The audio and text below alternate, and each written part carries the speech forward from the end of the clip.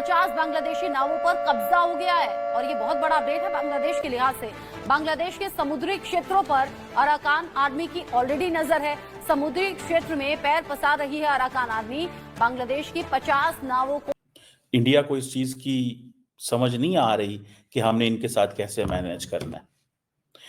बांग्लादेश एक बड़ा मुल्क है, मालदीव्स को मैनेज कर लिया, श्रीलंका को मैनेज कर लिया, बांग्लादेश को कैसे मैनेज करेंगे? बांग्लादेश के जहाज और 3 बड़े कार्गो शिप पर अराकान आर्मी ने कब्जा कर लिया है। ये मामला केवल म्यांमार और बांग्लादेश का नहीं है। तो हमने कहा इतनी कड़ाके की सर्दी में गर्मा गर्म खबरें हम आप तक पेश करते हैं। तो सबसे ज्यादा इस वक्त जो गर्मा गर्म खबर चल रही है वो ये है कि क्या अराकान आर्मी ने सेंट मार्टिन्स आइलैंड पर कब्जा कर लिया। अभी कम है, कुल 12 जहाज है, टैंकर हमारे पास, जबकि बांग्लादेश जैसे मुल्क के पास 60-70 जहाज है। तो बांग्लादेश के जहाज और 3 बड़े कार्गो शिप पर अराकान आर्मी ने कब्जा कर लिया है। ये मामला केवल म्यांमार और बांग्लादेश का नहीं बल्कि बात सीधी सी है कि जितना भी रजीम या जो इस वक्त ऑपरेटर्स मौजूद है बांग्लादेश के अंदर, ये सारे का सारा जो ऑपरेटर्स है, ये ऑब्वियसली इंडिया के हवाले से जो इस वक्त सोच लेके बैठा हुआ है वो एक डिफरेंट सोच है। इंडिया को इस चीज की समझ नहीं आ रही कि हमने इनके साथ कैसे मैनेज करना है। बांग्लादेश एक बड़ा मुल्क है, मालदीव्स को मैनेज कर लिया, श्रीलंका को मैनेज कर लिया, बांग्लादेश को कैसे मैनेज करेंगे? सवाल ये है। और दूसरी एक और बात भी है, कैसे करेंगे ये सारा कुछ? इतना आसान काम नहीं होता। वहां पे जो लोग बैठे हैं उन लोगों ने इंडिया आउट कैंपेन चलाई थी। अब सवाल ये है कि मोहम्मद यूनुस साहब जो हैं ये तो पेरिस में थे, इनको तो सारी स्टोरी का उस वक्त जारी बात है, he may not be knowing everything. इनको जो बताया गया उस हिसाब से वो चीजें चल रही हैं। लेकिन ये चीज जरूर है कि बांग्लादेश के अंदर इस चीज को महसूस किया जा रहा है कि हमें एहसास दिलवाया जा रहा है कि तुम इंडिया के बगैर कुछ नहीं हो। ये एक तासुर वहां पे पैदा किया गया है, ये कुछ अरसे में पैदा किया गया है, ठीक है ना जी? ये तासुर पैदा किया गया है। अब 54 ईयर्स हो गए। मुझे याद है कि जब आई थिंक 50 साल हुए बांग्लादेश के, तो नरेंद्र मोदी साहब गए थे वहां पे और शेख हसीना वाजिद के साथ मिलकर उन्होंने कहा कि हमने आपको आज़ादी लेके दी। अच्छा, ये जो इंडिया अगर स्मार्ट प्ले करता तो इंडिया फ्यूचर की बात करता, बांग्लादेश के अंदर डेवलपमेंट की बात करता। इंडिया जिस तरह India has an edge over Pakistan in terms of supporting Maldives and Sri Lanka. India definitely has an edge over Pakistan in supporting, engaging or having a bilateral relation with Bangladesh. हम शायद उस पैमाने पे चीजें ना कर सकें, लेकिन इंडिया ने क्या किया?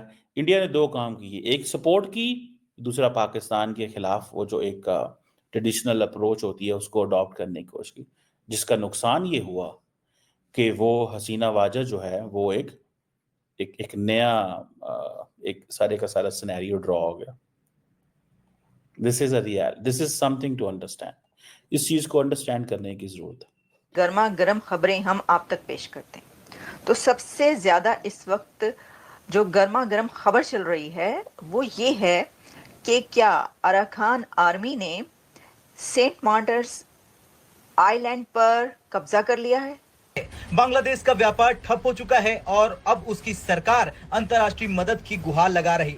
तो क्या बांग्लादेश की कमजोरी भारत के लिए एक बड़ा रणनीतिक मौका है? दरअसल अराकान आर्मी जो म्यांमार के रखाइन राज्य में सक्रिय है, उसने हाल ही में बांग्लादेश के नाव और 3 बड़े कार्गो जहाजों पर कब्जा कर लिया। ये जहाज म्यांमार के यांगून बंदरगाह से निकलकर बांग्लादेश के कॉक्स बाजार में स्थित टेक 9 बंदरगाह की ओर जा रहे थे। खबरों के मुताबिक इन जहाजों में सूखी मछली, सुपारी, चाय और कॉफी और अन्य खाने पीने का सामान था। अराकान आर्मी ने इन जहाजों को तब पकड़ा जब वे नदी के रास्ते से बांग्लादेश की सीमा में प्रवेश कर रहे थे। अराकान सेना अपने इलाके में किसी भी व्यापारिक गतिविधि पर ट्रेड शेयर की मांग कर रही।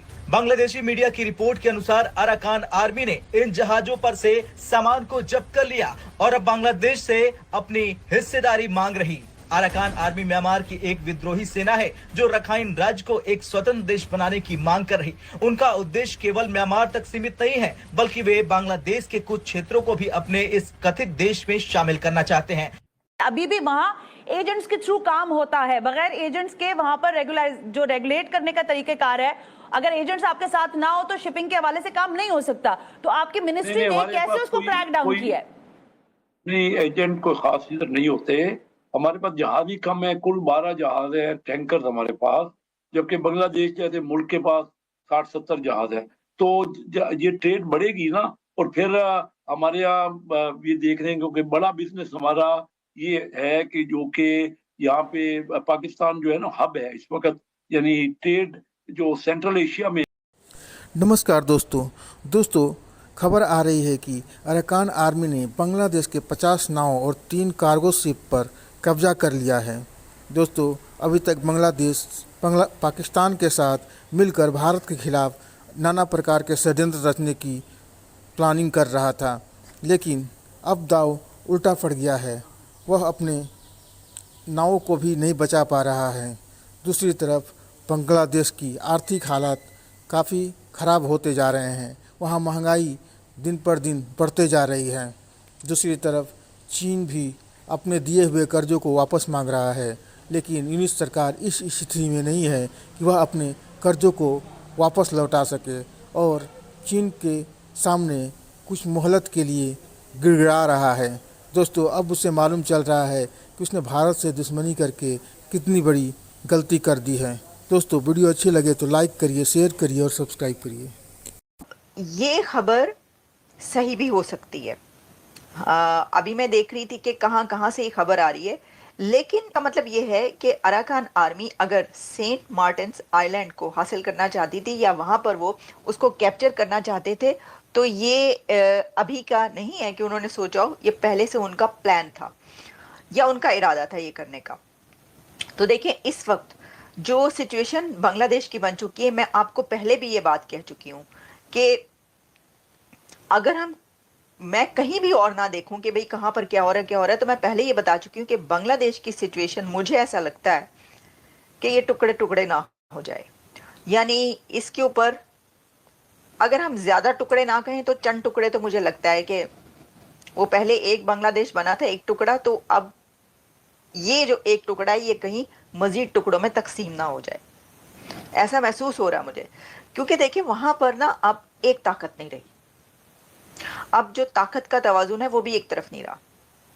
वहां पर कई ताकतें इस वक्त काम कर रही हैं। वो तो ना कि एक जगह है, जैसे कि नेपाल के बारे में कहा जाता है कि कई ताकतें वहां पर काम करती रहती हैं, लेकिन जो इस वक्त बांग्लादेश की सिचुएशन है हसीना के जाने के बाद, अब वो भी एक ऐसी हालत बन चुकी है। वैसे तो उसके अंदर ये वो कह रहे हैं कि इलेक्शन का कोई टाइम फ्रेम भी दिया है मोहम्मद यूनुस साहब ने कि जी ये जो है मेरा ख्याल है कि 1 साल कर दिया है, आगे बढ़ा दिया या जो भी है। तो इसमें जो वोटिंग एज है वो भी कम की गई है। 17 ईयर्स कह रहे हैं कि इजाज़त दी जाए और ये किया जाए, कानून बनाया जाए कि इतनी एज के लोग भी वहाँ पर वोट डाल सकते हैं। बच्चों से ही ना कहीं वोट डलवा दे। मैं तो ये सोच रही थी, ऐसा ना कहे 13 साल के बच्चे जो हैं वो भी वोट